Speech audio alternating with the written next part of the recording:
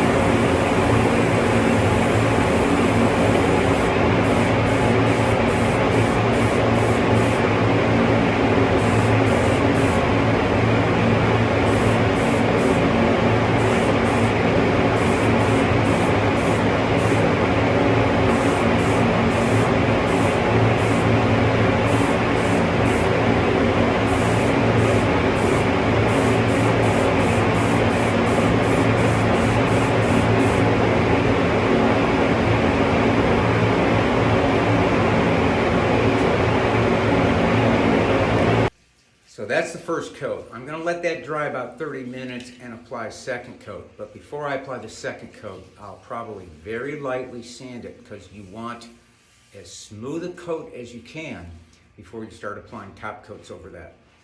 So, see you in about 30 minutes. Okay, so it's been a little bit over 30 minutes. I'm gonna take some very fine sandpaper, some P600, and I'm just gonna very lightly sand this. Mostly what I'm trying to do is get rid of, hopefully you could see them. There's just a little bit of some dust nits on there. So I just wanna very lightly sand it.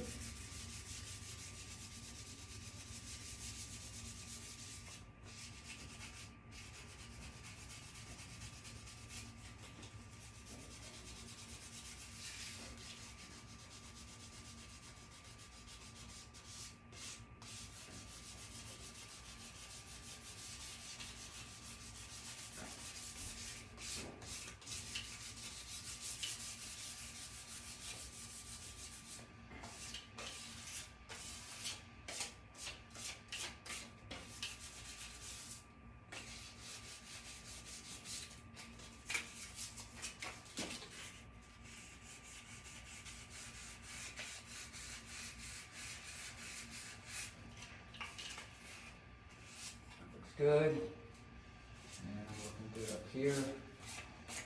Good. Now I'm going to take some Scotch-Brite and I'm just going to kind of feather that in.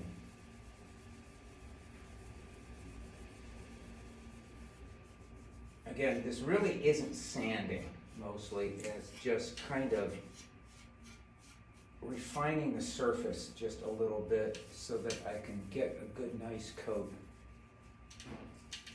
or last coat. Now what I will do is I will take a tack rag and get this surface absolutely clean before I apply my last final coat. Okay, so that's good. So let's get this hung up. I'm gonna go turn on the fan, get the respirator on, and we'll spray that final coat. So stay tuned.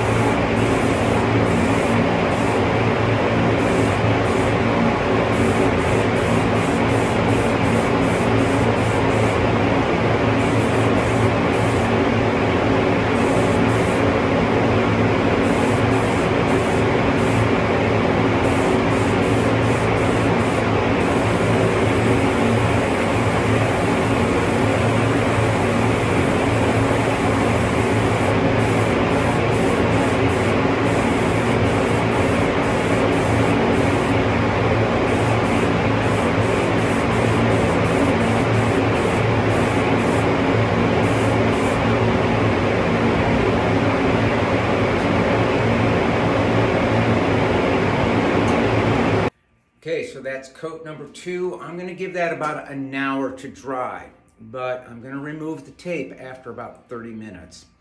I'll give it an hour to dry before I really want to start handling it and maybe doing some scraping, but I'm actually going to get the tape off in 30 minutes, and then I'll probably wait overnight before I scrape or clean it up. So, see you in a bit. So it's been about 30 minutes. This is dry enough to handle. So I'm gonna go ahead and remove the tape.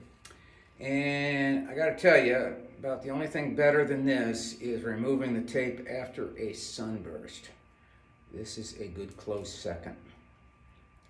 So here we go.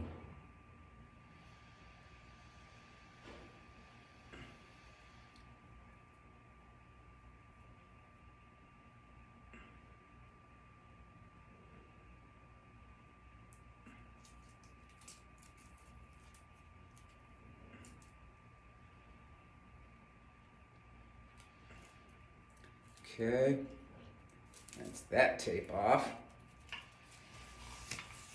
Oh yeah, looking mighty fine.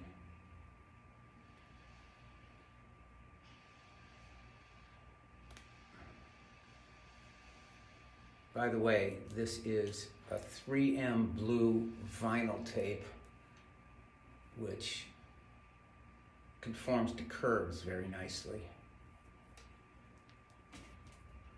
And one more piece down here. I may want to get an X-Acto knife to peel this out. So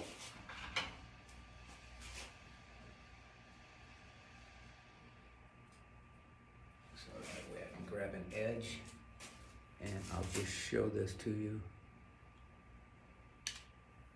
There we go.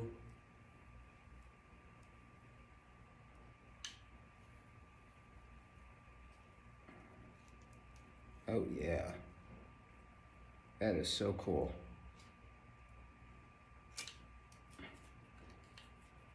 Nice clean edge, and as you can see, we've kept that little delicate green purfling there. I'll probably have to do a little bit of cleanup that I can see, but not much. But I'm gonna let this sit probably overnight before I handle it, before I want to handle it to clean it up. But that is our black neck. Right there. JJ from the spray booth at Jewett Guitars, over and out. Okay, so we're in the spray booth. We just sprayed 3 coats of clear urethane on the black neck. And look at this guy now. Oh boy. How cool is that gonna look with that guitar?